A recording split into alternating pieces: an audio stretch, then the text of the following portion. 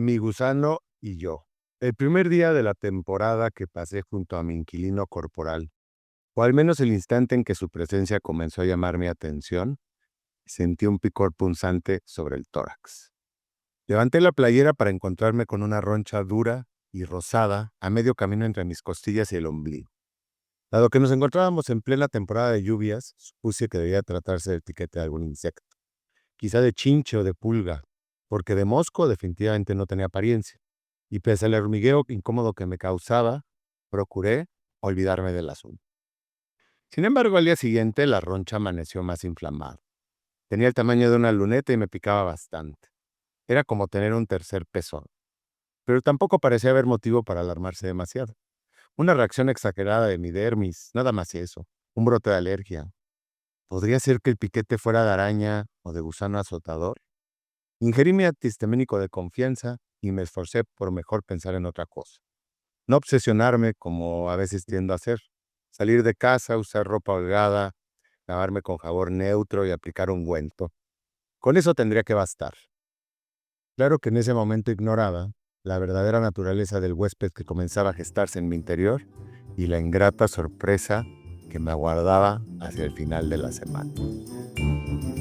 Hola a todos, bienvenidos a Paredro, el podcast de libros, autores y demás actores del mundo literario. Mi nombre es Camilo Hoyos y les doy la bienvenida a un capítulo en el que, como nunca antes, habíamos invitado a mirarnos por dentro. Estuvimos charlando con Andrés Cota Iriart, autor de Fieras Interiores, publicado recientemente por Penguin Random House. En este libro, Cota Iriart nos invita a mirar literalmente hacia adentro nuestro para descubrir que estamos habitados por una multitud de seres, bacterias, hongos, parásitos y microorganismos que influyen en nuestra salud, en nuestras emociones e incluso en nuestras decisiones. Desde una escritura que combina ciencia y literatura, Liternatura, como veremos, nos propone repensar la idea de lo humano y desmontar esa idea del antropocentrismo, esa creencia de que el ser humano está en el centro del mundo. En esta conversación hablamos sobre cómo la ciencia puede volverse relato, sobre la frontera entre lo biológico y lo psicológico y sobre cómo ampliar nuestra mirada para comprender que somos, en realidad, parte de un ecosistema más amplio, interdependiente y vivo. Andrés Cota Iriart nació en Ciudad de México en 1982, es zoólogo, naturalista y escritor. Estudió biología en la Universidad Nacional Autónoma de México y obtuvo un máster en comunicación de la ciencia en el Imperial College de Londres. Es autor de los ensayos Faunologías, El ajolote, biología del anfibio más sobresaliente del mundo, Cabeza ajena y Fieras familiares, finalista del primer premio de no ficción Libros del Asteroide. Sus textos han aparecido en diversas antologías y en revistas como Letras Libres, Vice, Gato Pardo y Revista de la Universidad, entre otras. Durante cerca de una década dirigió la Unidad de Conservación de la Vida Silvestre Vida Fría Reproductores, dedicada a la reproducción de reptiles en cautiverio. Actualmente coordina la Sociedad de Científicos Anónimos y es conductor del programa de radio y podcast Masaje Cerebral. Este capítulo, como todos los anteriores, vienen gracias a nuestra alianza con Confama, Bibliotecas Confama, 50 años tendiendo puentes entre los tiempos. Y este capítulo, como los anteriores, ha sido editado y producido por Natalia Latorre. Bienvenidos. Andrés, en primer lugar, bienvenido a Paredro. ¿Qué onda? Un gusto estar acá conversando con ustedes. Yo estoy feliz porque tu libro Fieras Interiores, recientemente publicado por Penguin Random, ha sido, Andrés, una de las lecturas más apasionantes que he tenido últimamente, siempre bajo la premisa de que hay muchos puntos de acceso entre la literatura y la naturaleza. El tuyo es un libro, ya como comenzaste hablando sobre presencias incómodas o más que todo invisibles, con lo que tiene que ver con lo microbiótico, lo macrobiótico y muchas cosas que preferiríamos no mirar y no saber que están allí, pero no somos niños pequeños que cierran los ojos y las cosas desaparecen. ¿Por qué no arrancamos por ahí, Andrés? ¿En qué momento de repente dijiste voy a ponerle el foco a lo mínimo y a lo pequeño para poder sacarlo a lo grande? Correcto, correcto. Pues, bueno, bien lo mencionas. A veces en las dimensiones más diminutas, ¿no? En las dimensiones más pequeñas, es donde se encuentran un poco esos hallazgos que te obligan a tener que replantearte el gran esquema de las cosas, ¿no? Parecería curioso, pero a veces en ver lo más chiquitito, lo más diminuto, se acomoda algo tan grande como la evolución misma. Entonces, a mí me gustan esos especie de cambios de escalas, como alguien que desde niño, digamos, creo que desde la infancia seguro, desde bebé no sé, pero desde la infancia seguro que sí, ha prestado atención a otras criaturas, en especial los animales, pero bueno, también las plantas, los hongos. Pero digamos, siempre han sido un poco los guías de mi recorrido, pues siempre he estado yo también acostumbrado a esos cambios de escala, ¿no? O sea, ver el individuo y la lagartijita, pero de pronto ver el lugar en el que habita esa lagartijita y el ecosistema, y luego ver el ecosistema en términos ya geográficos, es como ese zoom out, ¿no? Y un poco pasa lo mismo en escalas, pero hacia adentro, ¿no? O sea, ver al individuo, si quieres la lagartija o el humano, eh, y te vas yendo hacia adentro y te vas yendo pues hacia los diferentes órganos que constituyen un cuerpo, y luego te vas yendo hacia los distintos tejidos que constituyen ese órgano, y después hay, pues, cada vez una capa más diminuta.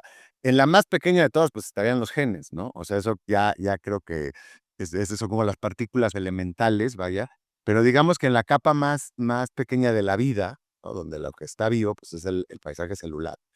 Y es curioso porque en este tipo de paisaje, en esta escala, sucede que estas, a veces, aberraciones del pensamiento contemporáneo, de que el humano no es parte de la naturaleza, o que no somos animales, o que no estamos dentro del mismo sistema y sujetos a los mismos procesos naturales que todo el resto, se borra, se difumina de golpe. O sea, a nivel celular, no solo somos parte de la naturaleza, sino que somos naturaleza a nivel celular, ¿no? O sea, somos ecosistemas, varios, diferentes, que nos recubren por dentro y por fuera, y que están habitados, pues, desde el nacimiento, ¿no? O sea, uno viene al mundo, pues, en el parto, si naces con parto natural, pues, desde el canal de parto te empiezas a poblar de un montón de cosas, de bacterias, de hongos, de protozoarios, de nemátodos, de todo un bestiario, vaya, incluso de arácnidos, ¿no?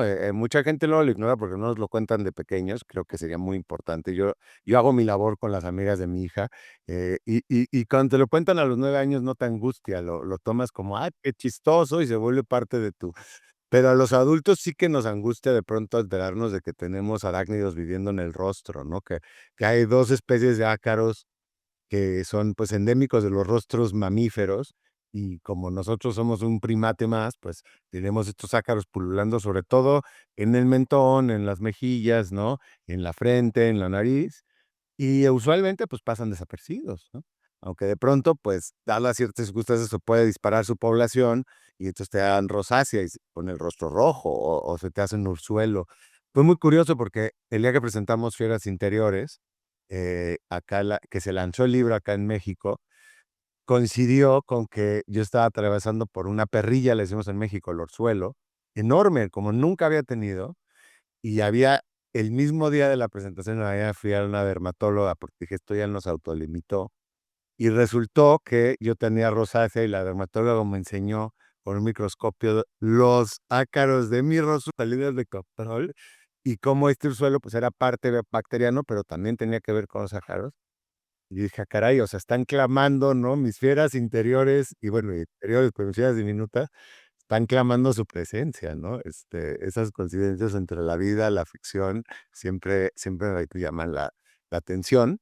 Entonces, bueno, yo, como insisto, alguien que ha prestado atención a estas historias naturales desde pequeño, los parásitos han sido siempre una parte de mis intereses, ¿no? O sea, aquello que habita al otro, y no solo parásitos desde el punto de vista de enfermedad, aunque sí los hay, iremos a ellos supongo, pero digamos que la relación parasítica es muy compleja. Hay muchos tipos de relaciones parasíticas y son fluctuantes, ¿no? Es como la vida, no es estática, se está moviendo, fluye.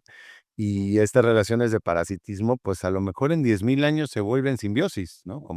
Como pasó en el interior de todas las células que tenemos mitocondrias, creo que la mitocondria es más o menos de dominio público, ¿no? Hay otros organelos celulares que no, pero espero que la mitocondria no necesite mayor carta de presentación, vaya, es un poco la maquinaria que genera la energía de la célula y la respiración celular, pues esas mitocondrias, digamos, siguen teniendo un material genético distinto. O sea, siguen siendo otro ser de alguna manera, ya embebido en un proceso de simbiosis, de interdependencia, pero seguramente eso empezó como un parasitismo en su momento, ¿no? Como en una primera instancia de relación parasítica.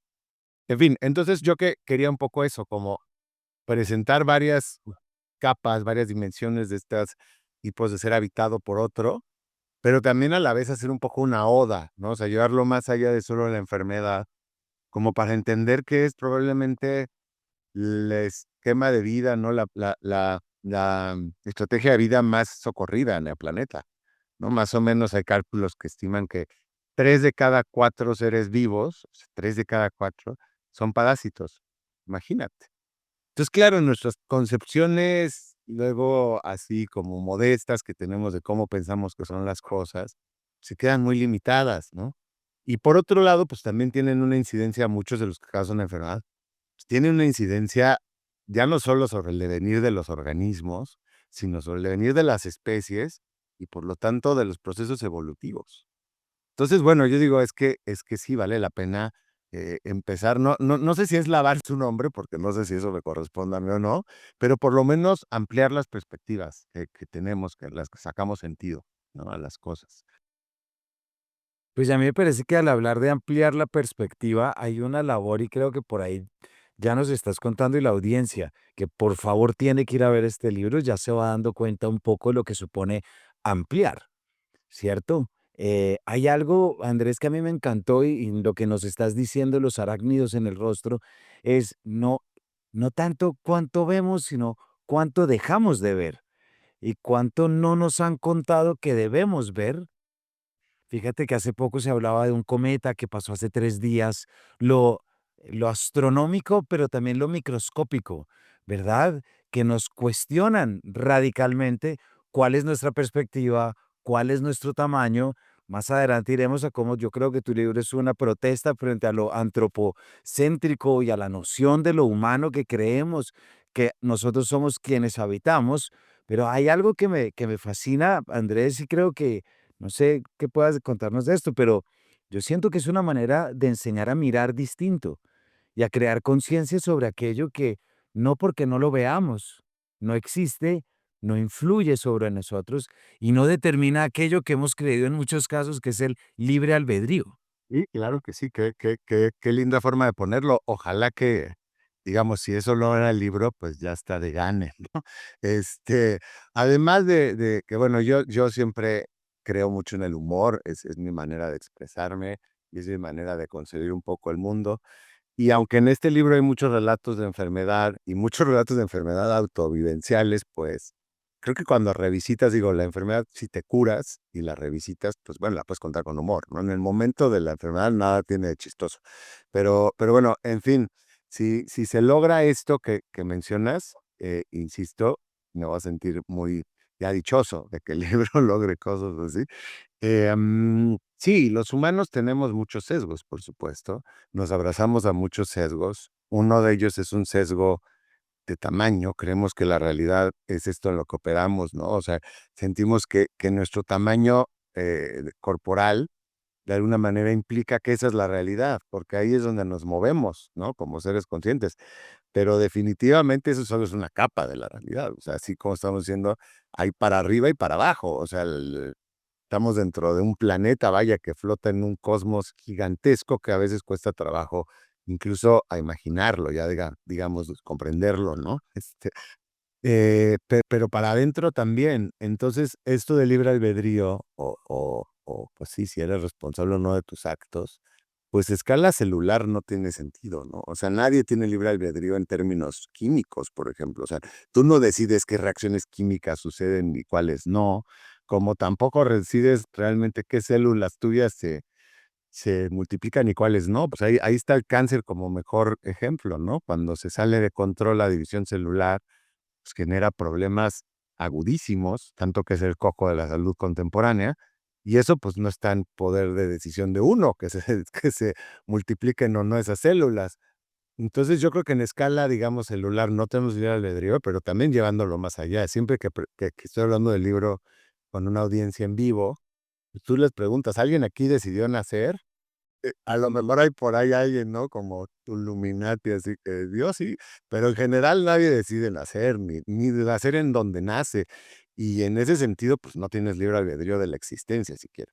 Otra cosa ya es si eres responsable o no de tus actos, ¿no? Claramente, si vas y asaltas una gasolinera, pues bueno, estás teniendo algo premeditado, a lo mejor que sí, de que sí eres responsable, pero digamos que a escala celular no.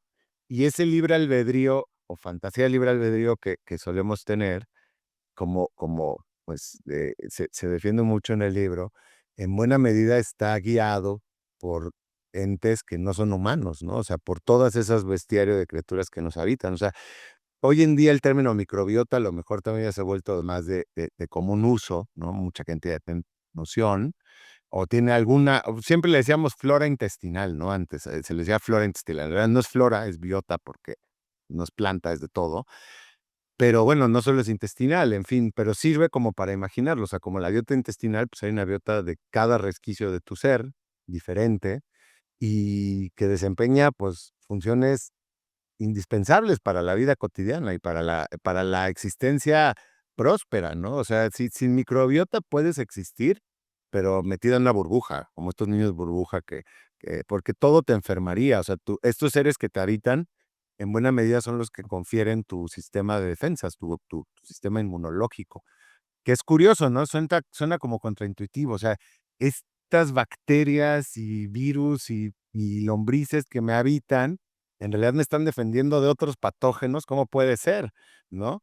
Pero bueno, el sistema inmunológico, pero la digestión también, no podríamos comer ensalada, no podríamos comer la gran mayor parte de de sacarle, digamos, los nutrientes a los alimentos sin estas criaturas que nos habitan, y buena parte de nuestro proceso cognitivo, ¿no? O sea, mucho de la serotonina, que es uno de los neurotransmisores principales, que está activa en esto de poner atención y estar motivado, como tener una conversación, digamos, o escuchar un podcast, mucha de esa serotonina se secreta, pues, en las tripas, se secreta en el intestino, imagínate, y se secreta por bacterias, y ya luego de ahí viaja al cerebro y actúa.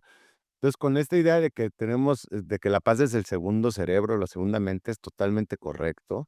Y en fin, estos son poquitos ejemplos, ¿no? Y siempre me gusta también traer a cuento uno y acabar, porque eso da cuenta de qué tan centrales, son estas criaturas que también son nosotros, aunque sean otras especies, que es que la leche materna, que es lo más, yo creo, pues, íntimo que hay, ¿no? Entre especies, al menos de mamíferos, que es lo que le das de comer a la cría allá.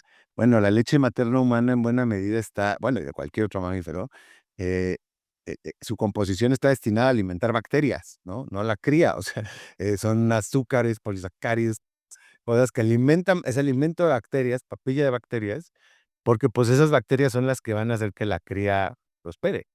Entonces, un poco es eso, pues, que las bacterias, como no soy yo, fueron mis bacterias, ¿no? O sea, o también son parte de uno. Por eso es la idea de Lynn Margulis, que es bonita, de que no somos individuos, sino lobiontes, ¿no? O sea, somos comunidad. Exactamente. Somos comunidades andantes, ¿no? Y bueno, con el artificio de la conciencia humana, tenemos el sesgo de que somos pues sí, un individuo, pero en realidad este individuo es un paisaje y una comunidad, una comunidad ecológica. Una comunidad clave, como tú dices en algún punto, esas comunidades simbióticas que creemos que no formamos parte. Andrés, hay otro tema muy interesante y es que además de estas capas que nos muestras, hay una capa completamente familiar y experiencial tuya que supone Tita, tu abuela. Es decir, la esquizofrenia de tu abuela y cómo es un tema recurrente a lo largo y de hecho, pues estoy seguro que no me equivoco, es quien está en la portada, ¿verdad? Entonces, aquí también hay una unión, exactamente. Aquí también hay una unión entre, llamémoslo, biológico y lo psicológico, que pone de manifiesto otras formas de comprender. Más adelante vamos a ver cómo tú hablas, por ejemplo, de ciertos toxoplasmas y otros bichos que no solamente nos hacen actuar distinto, y ya tocamos un poquito de esto, pero también estos que, por ejemplo, se meten en caracoles y los secuestran y los dominan, ya lo veremos, pero me intriga mucho en qué momento viste que un texto biológico podía también obrar desde un texto psicológico y yendo más allá, familiar y, por supuesto, autobiográfico. Claro, claro. Pues sí, digamos que yo tengo un interés literario, que va más allá de pretender divulgar ciencia o comunicar ciencia, ¿no? También tengo ese interés de comunicar ciencia porque es mi forma de acceso al mundo y desde mi mamá y mi papá son científicos. Yo crecí en una casa en donde eso, pues, es el pan de todos los días y mal que bien te hace una visión del mundo y y te da una curiosidad perpetua para asomarte a diferentes realidades. O sea, hoy estamos hablando de la microbiota y de los parásitos, pero pues, en un par de años a lo mejor estaremos hablando de las profundidades marinas. O sea, es inacabable, vaya. Em, pero también crecí leyendo muchos libros y con mal que bien te encuentra la vocación a ti, ¿no? Dicen, o sea, yo quise ser biólogo de campo y científico de frontera, no me dio, no tengo esa madera para estar metido en un campo específico de frontera científica y tengo otro tipo de disciplina, no quiero decir que no tenga disciplina, pero la parte como cultural y la parte artística también me llama mucho. Entonces, en algún punto después de intentar hacer cine sin mucho éxito o documentales, o más bien es que son cosas que dependen de tantas personas y tanto dinero que se vuelven dificilísimas de lograr, me fui cayendo en que escribir, pues, solo dependía un poco de mí. O sea, digo, a lo mejor no tiene que decir, bueno, no voy a ganar mucho dinero de esto, pero, pues, uno no hace las cosas que haces nada más por dinero. Entonces, en fin, terminé cayendo a escribir y lo que me llama de escribir, pues, no solo es, insisto, esta pretensión divulgativa o de compartir cuestiones ampliadas biológicas, sino también una indagación literaria y personal y de uso del lenguaje. Entonces, curiosamente, este libro, pues, ya tenía una primera versión de puros parásitos, a lo mejor un libro más afín a la divulgación un poco más convencional, que no tengo tampoco en contra, pues, si se hace bien, está bien, hay de todo, hay lugar para todo. Pero hurgando en estas capas íntimas del ser y, pues, investigando un poco más, yo ya había leído ciertas cosas de toxoplasma en su momento, pero digamos que trabajando ya más a fondo, y porque es algo bastante nuevo también, todas estas investigaciones de la neuroparasitología, ¿no? Que es como algunos parásitos pueden generar a veces, hay que tener cuidado porque no siempre, pero a veces pueden generar ciertos cambios conductuales que en ciertas ocasiones devienen en patologías mentales, ¿no? O favorecen, digamos, que se desarrollen adicciones o que tomes más riesgos. O sea, hay una correlación bien establecida entre accidentes automovilísticos y toxoplasma, por ejemplo. Y eso se sabe hace tiempo. Es que no se habían atado un poco los puntos o nadie los había conectado para decir, esto también quizá tiene que ver con otras cosas, por ejemplo, en este caso con esquizofrenia. Entonces, claro, uno lee de esto y te vas enterando con la distancia que siempre tomamos todo, ¿no? Los humanos creo que hoy en día estamos muy claros en que el calentamiento global es de origen antropogénico, que los humanos lo están produciendo, pero lo dices así, lo están produciendo. Nunca dices, lo estamos. O sea, siempre dices, no, claro, los humanos son el problema, el cambio climático, y no terminas de encajar tú en eso, como, yo también soy parte de eso, ¿no? Y lo mismo pasa con este tipo de lecturas. Yo estaba leyendo pues, de la correlación, no necesariamente es causación, pero bueno, esas primeras correlaciones llevan a estudiar las cosas y luego te puedes dar cuenta que tan vinculado no está. Y empecé a leer esta posible correlación con la esquizofrenia. De hecho, lo escuché en un podcast, fíjate, la primera vez que lo escuché. Y lo escuché de Robert Sapolsky, que es, pues, a mí me gusta, es un neurólogo y escritor muy bueno, y escuché que hablaba de esto y me pareció interesantísimo, entonces lo empecé a investigar y me tardé mucho en caer en cuenta que a lo mejor era mi propia historia, o sea, que a lo mejor eso explicaba a mi abuela, ¿no? Y en el momento que dije: "Quizá esto va por ahí", fue que entonces el libro tomó el giro que tiene ahora. Em que es el libro de Parásitos, que ya era divertido yo quiero pensar revelador por un lado, se convirtió en algo mucho más personal también, porque empiezas a jalar de esa hebra, ¿no? Yo le llamo a mi abuela feroz, pero, pues, vamos, así le llamábamos en la familia, le llamábamos porque era muy feroz mi abuela, como que tenía buenos días y malos días, pero un constante en ella era, pues, una cierta agresividad contenida y a veces un poco más violenta, y ser muy franca, ¿no? La gente no todo el mundo, pero algunas gentes con esquizofrenia o con patologías mentales, pues se quitan estas máscaras un poco del comportamiento social, que todo el tiempo nos estamos haciendo la vista gorda, ¿no? Y entonces ¿no? Como cuando un niño entra y ve una familia y dice, ay, ¿por qué está llorando la tía? ¿No? Dice el niño y todos así, "Shh, no, ¿no? Como intentando tapar así, vamos humanos, ¿no? Así son los adultos al menos.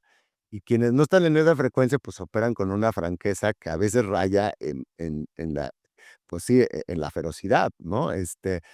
Entonces, bueno, como que empecé a hurgar en eso y cada vez me convencí más de que podía ser, es una especulación, obviamente, porque a mi abuela no le hicieron una autopsia.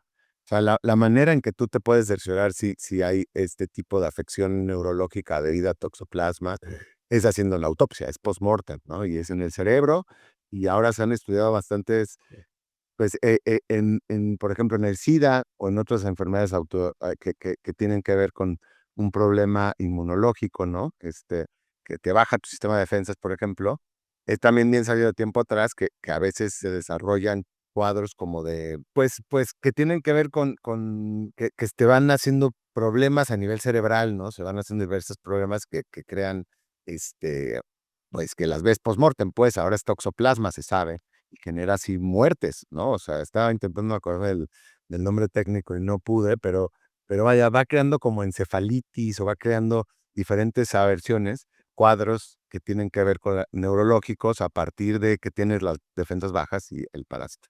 Caso es que a mi abuela nunca se le hizo ese estudio, entonces nunca vamos a saber si fue o no, pero yo me atrevo un poco a suponerlo porque curiosamente, con que mi abuela era como esquizofrenia del libro, si tú agarras el manual de MS, de diagnóstico psiquiátrico, pues es una esquizofrénica así, tal cual, en cuanto a las alucinaciones, ¿no? Los delirios, bueno, son 5 cosas que se repiten. Y, pero que fue diagnosticada muy tarde, o sea, su cuadro empezó muy tarde, se empezó a manifestar como a los 50 años, un poquito antes, a lo mejor las así como las primeras, pero de cualquier manera eso es tarde. Generalmente la gente con esquizofrenia usualmente se diagnostica entre los 20 y los 30 años. Es una enfermedad mental que se manifiesta bastante juvenil. Y los cuadros, pues de florecimiento más tardío, o sea, a lo mejor tienen otro origen. Y también sucede que mi abuela en su rama familiar, en su árbol familiar, hasta donde yo pude buscar, no he encontrado más gente. O sea, no es un tipo de esquizofrenia esta que corre claramente genética. Hay cierta esquizofrenia que tiene un componente genético muy claro y la ves así distribuida en un árbol familiar. Y de pronto hay 3 hermanos con esquizofrenia o un tío y luego el sobrino. Y el caso es que en el caso de mi abuela no, y toco madera porque, pues, para las nuevas generaciones tofar tampoco. Entonces eso es a mí lo que me lleva, pues, a plantearme cuál pudo haber sido su origen, ¿no? Obviamente, para que se desarrolle un cuadro así tiene que haber una cierta preexistencia, o sea, sí hay ciertos genes involucrados, pero bueno, entonces me lo empecé a plantear con esta cosa curiosa que mi mamá es médico, ¿no? Como ella decía, científica, pero eh, con una formación de médica, y siempre fue un poco la médica de mi abuela en parte, ¿no? O sea, tenía especialistas, pero su médica de cabecera era mi mamá. Entonces yo con quien mantengo mucha plática andante de esto es con ella, ¿no? Y la primera vez que le planteé a mamá: "Oye, ¿ya viste esto del toxoplasma y la esquizofrenia? ¿Cómo ves? ¿Qué te parece?". Pues la primera vez directamente me dijo: "Oye, eso ni siquiera está bien claro, faltan muchos estudios". Y a lo largo de los años, pues ha ido cambiando esa relación porque cada vez hay más estudios, cada vez se establece más claramente que sí hay eh, una cierta fracción, digamos, de la población con esquizofrenia que sí tiene que ver con toxoplasma. Y entonces ahora es la que me manda a mí artículos, ¿no? Ahora ella me manda por WhatsApp así: "¿Viste este nuevo, metaanálisis?". En fin, nunca vamos a saber si era así o no, pero a mí me permitió un poco entrevesar en esta, digamos, exploración de nuestros interiores, de los tripulantes de las entrañas. Pues fíjate, como hay fieras interiores de tipo biológico, ¿no? Que nos habitan y que nos hacen ser un poco quienes somos, pues también hay fieras interiores de carácter psicológico. También hay entidades de otro tipo que nos habitan y que nos hacen ser quienes somos como entes pensantes, ¿no? O sea, ¿Y quién no lo ha tenido? O sea, pensamientos recurrentes, obsesiones, canciones horribles que no te puedes sacar de la cabeza, funcionan como parasíticamente, ¿no? Esa canción así, el Pan Panamericano, cuando está de moda, que no podías quitártela de la cabeza, es como un parásito. Y también hay pensamientos parasíticos. Y entonces fue curioso porque todo este lenguaje que yo venía desarrollando para hablar de parásitos biológicos sirve muy bien para abordar este otro tipo de fieras interiores, ¿no? O sea, ¿qué son las adicciones sino un tipo de fiera interior que no domes, que no puedes domar, ¿no? Que te come desde adentro. Entonces, como que ahí fue que se puso ya el andamiaje y que yo creo que le dio, pues, lo que le faltaba al libro para terminar de ser la criatura que es ahora, que es, pues, esto que me gusta a mí como de cruzar relato familiar, también crónica autovivencial, ¿no? Autobiografía, vaya, con ensayo naturalista, pero también de pronto con pedacitos, pues, más de relato, que a mí son un poco los libros que me gusta leer y los que me gusta escribir, ¿no? Un poco estos libros difíciles de clasificar, a lo mejor, si no es bajo un poco la etiqueta de literatura o de literatura de naturaleza, ¿no? Vamos, como que yo desde que empecé a escribir hace 10 o a publicar, pues, hace 10 años, me di mucho en la cabeza con esto de: "Oye, pero, ¿tu libro es un ensayo o es, no? O ¿qué es?". Entonces, bueno, un poco todo y nada, depende a quién le preguntes, ¿no? Porque los géneros literarios son más del mercado que de las obras, pero, entonces, este libro toco, ahí sí espero que prenda una veladora, no creo en Dios, pero prendo una veladora si se traduce al inglés, o cuando se traduzca al inglés, probablemente ya van a decir que es una novela, porque en Estados Unidos existe el concepto de novela de no ficción. Acá en América estamos un poco rezagados, aunque la no ficción empieza a cobrar cada vez más anaqueles, pero sigue habiendo una idea de que la alta literatura es así como la novela de ficción, y el resto son como sus hijos menores, ¿no? Es una pelea que creo que hay que seguir dando porque no, la calidad de una obra no está en su registro, ¿no? Ni en su No, está en la forma como se cuentan las cosas y creo que eso, como tú nos acabas de explicar, forma gran parte de esto, ¿verdad? De cómo se cuenta una historia y cómo un interés científico, biológico deviene en un interés personal, emocional, siempre está no en el qué, sino en el cómo. Y creo que ahí es donde hay que derribar muchas barreras. Para nuestra audiencia estamos hablando con Andrés Cota Iriart, autor de Fieras Interiores que tienen que conocer, por favor, que tienen que ver. Recuerden que este capítulo viene gracias a nuestra alianza con Fama. Bibliotecas con Fama, 50 años, tendiendo puentes entre los tiempos.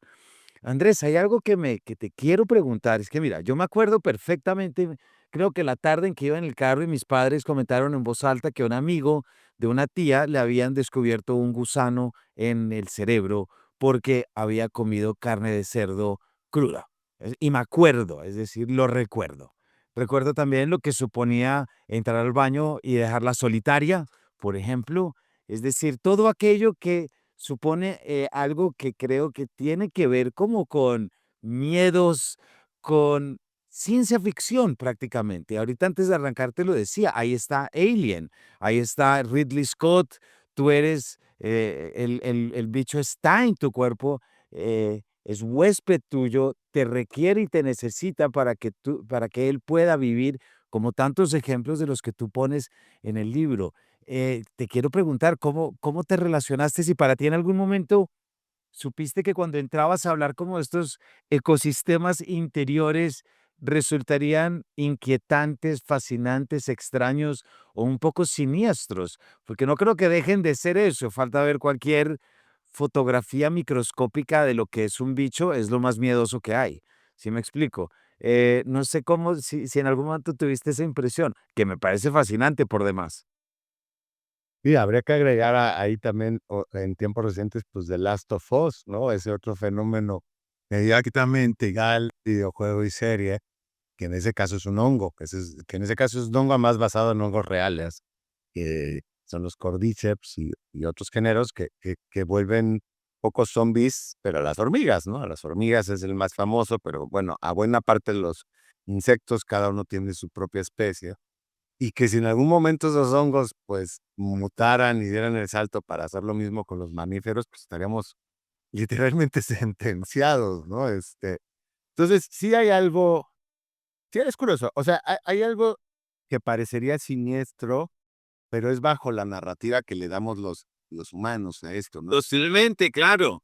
Vamos, es eso, tú ves deja tú una pulga o un ácaro, lo ves al microscopio y te vuela la cabeza, es alien, o sea, te vuela la cabeza, no puedes dar crédito que eso es un monstruito, vaya, ¿no? O sale un pez de las profundidades marinas y bueno, sí, es como de Tim Burton, pues, o sea, sí, la naturaleza genera unas figuras que además, pues, pueblan nuestras pesadillas, ¿no?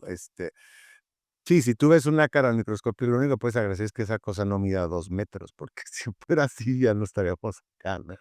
Entonces sí hay algo curioso, pero también es porque, no sé, porque no terminamos de digerir que esa es la realidad, ¿no? O sea, un poco que, por supuesto que creo que también depende mucho qué generación y dónde en qué tipo de ambiente habite uno, pero hasta hace relativamente poco, un par de décadas, los problemas con muchos parásitos en América Latina eran muy gordos, ¿no? O sea, de México a Argentina, pues, acá teníamos problemas y probablemente también allá en Colombia con el cisticerco y con la tenia.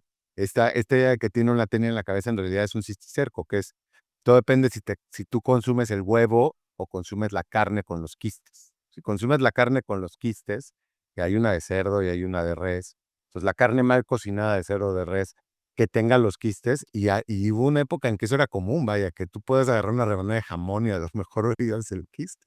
Ahora ha mejorado, evidentemente, por suerte, pero digamos, si tú consumes el quiste, acabas con una solitaria, con un gusano que crece en tus intestinos, y que si no te enteras, y muchas veces uno no se entera, porque han evolucionado para coexistir con nosotros y pasar desapercibidas ahí, como en el anonimato, porque en estar ahí como, ¿no?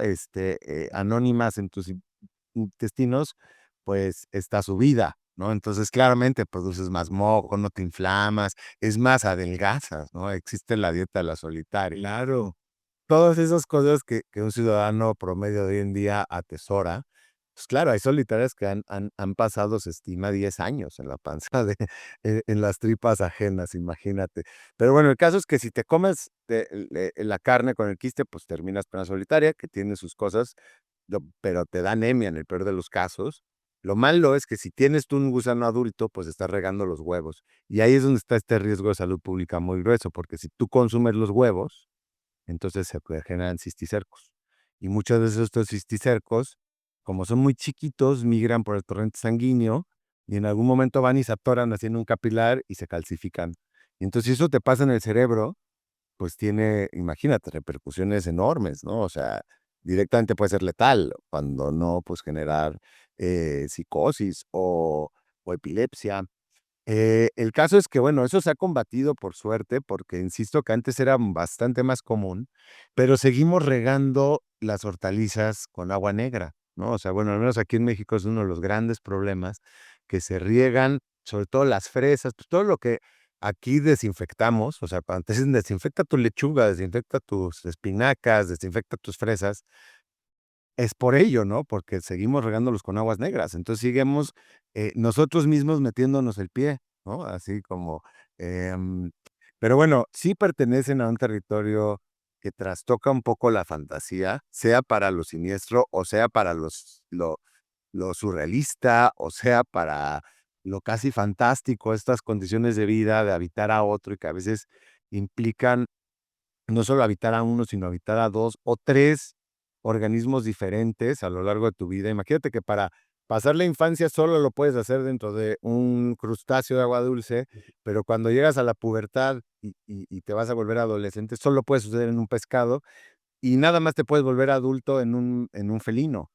Es una locura, ¿no? Y todo esto bajo la premisa de que no puedes salir al exterior y cambiarte de lugar. O sea, la mudanza para ti implica, ser transmitido por la cadena alimenticia.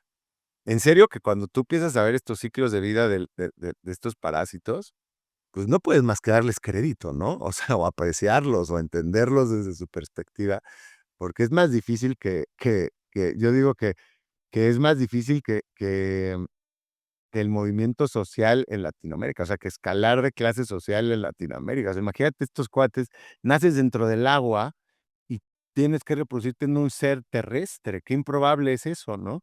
Y claro, eso ha ido encaminando con millones y millones de años a que muchos de estos parásitos pues cuenten con estas habilidades como de manipulación mental, o sea, directamente como volverse maestros titiriteros desde los adentros para hacer que el organismo que están habitando se vuelva una especie de caballo de Troya o una muñeca matroshka para ayudarse a transmitirlos a la siguiente, a que el parásito llegue a su siguiente hospedero, ¿no?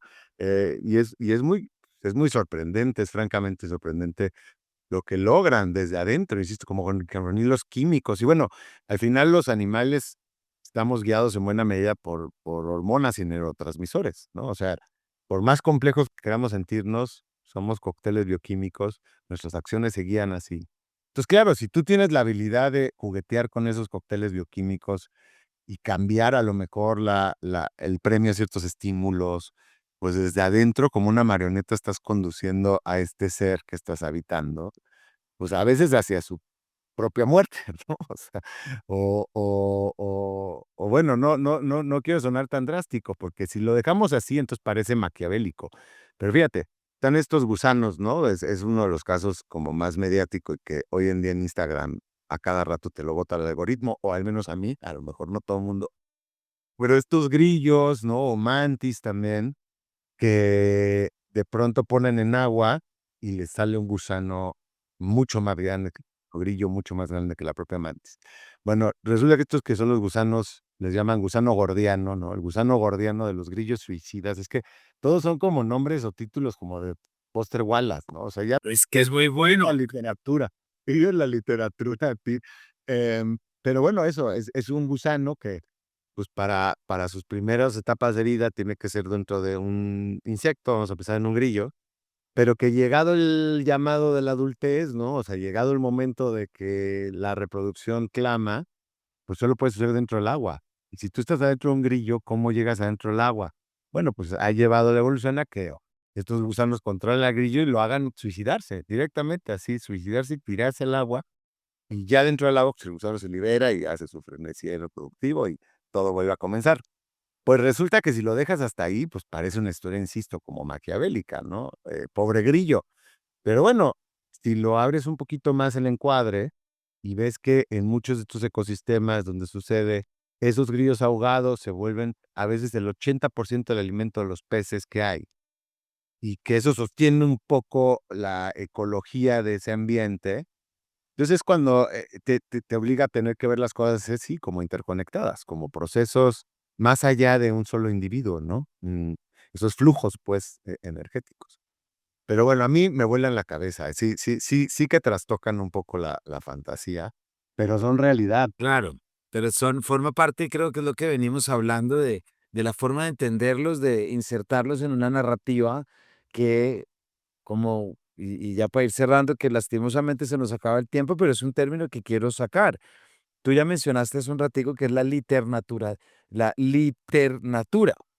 Es que es la fusión entre literatura, escritura literaria, composición lógica literaria, pero también con una escritura científica que tiene que ver con la naturaleza. Y hay algo que me fascina, Andrés, porque hemos tenido muchas novelas en los últimos años en los cuales evidentemente buscan cuestionar ese antropomorfismo, ese antropocentrismo, perdón, esa manera de vernos. Hay novelas y Fernanda Trías, que acaba de ganar de nuevo el Sor Juana Inés, María Ospina, tantas otras que hablan de las formas como el humano se puede ver, no desde el ente superior, sino en medio de. En este caso, no es la novela y la ficción la que lleva a esa lección y a esa percepción, sino que es la escritura científica, pero organizada de una manera distinta, ¿cierto?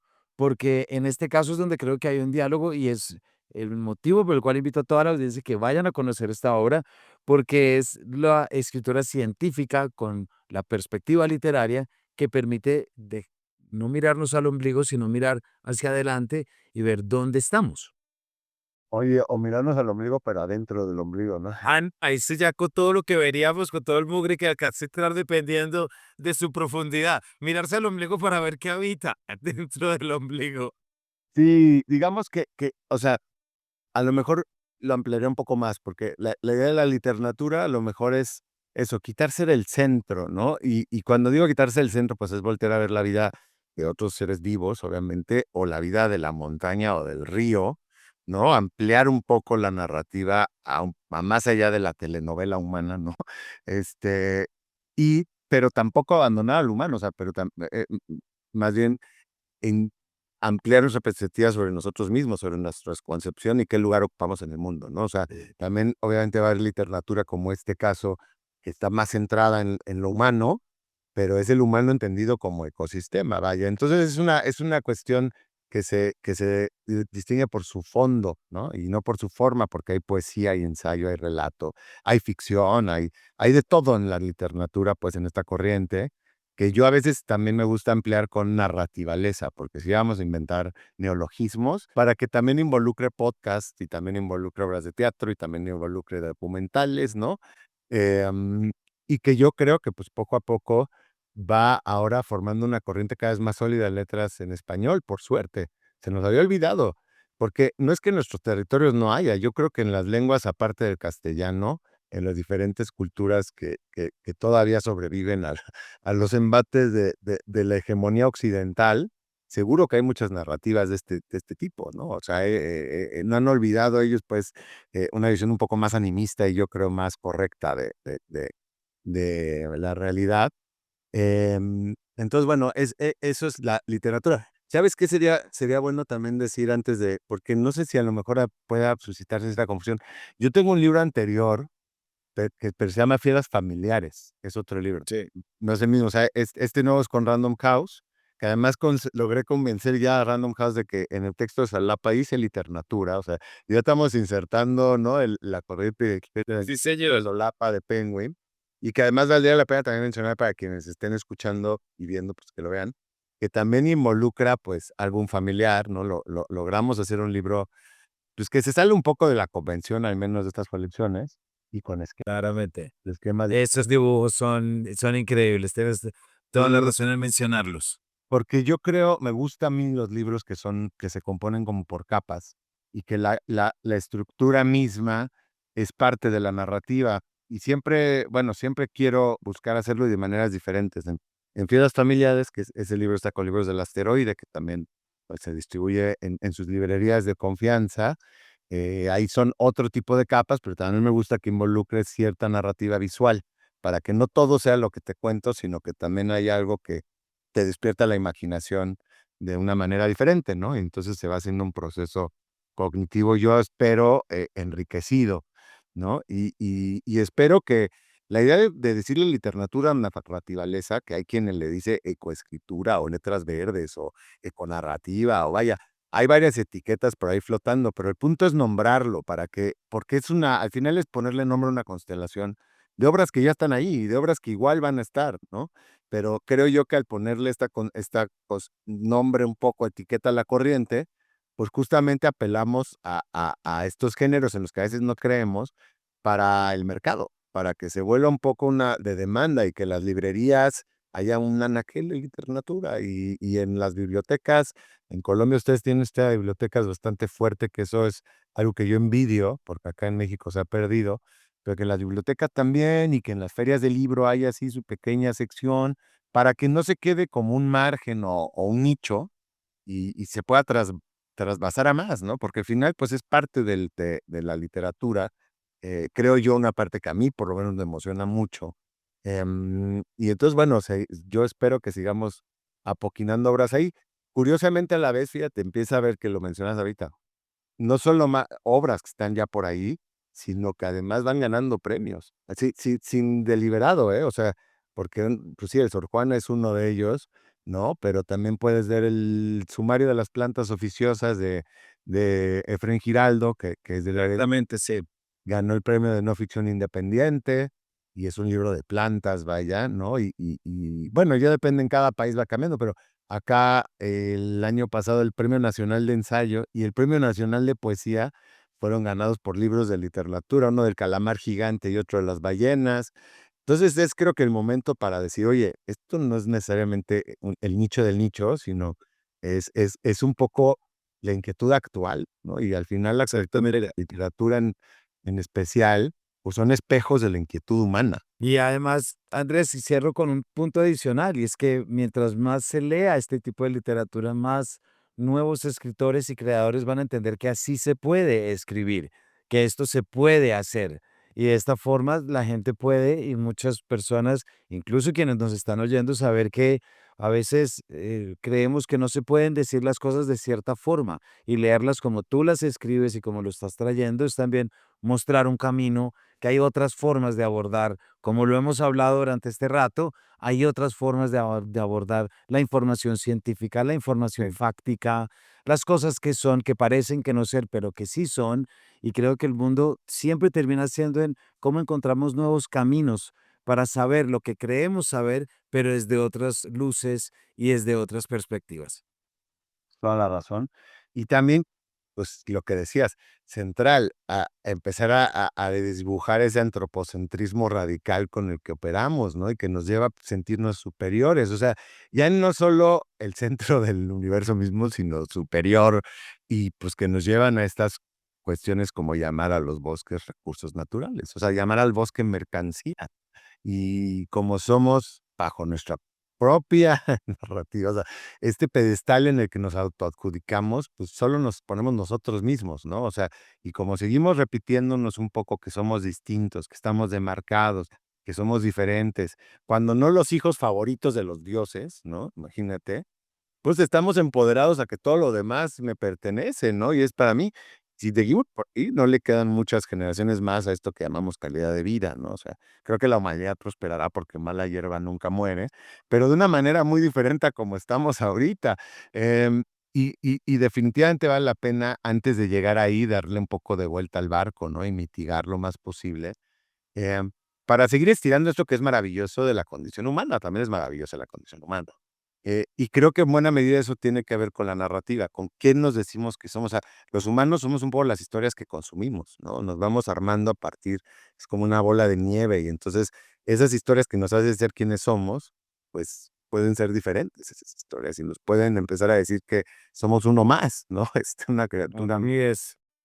Somos lo que nos contamos y como verán leyendo este libro también somos lo que comemos, ¿verdad?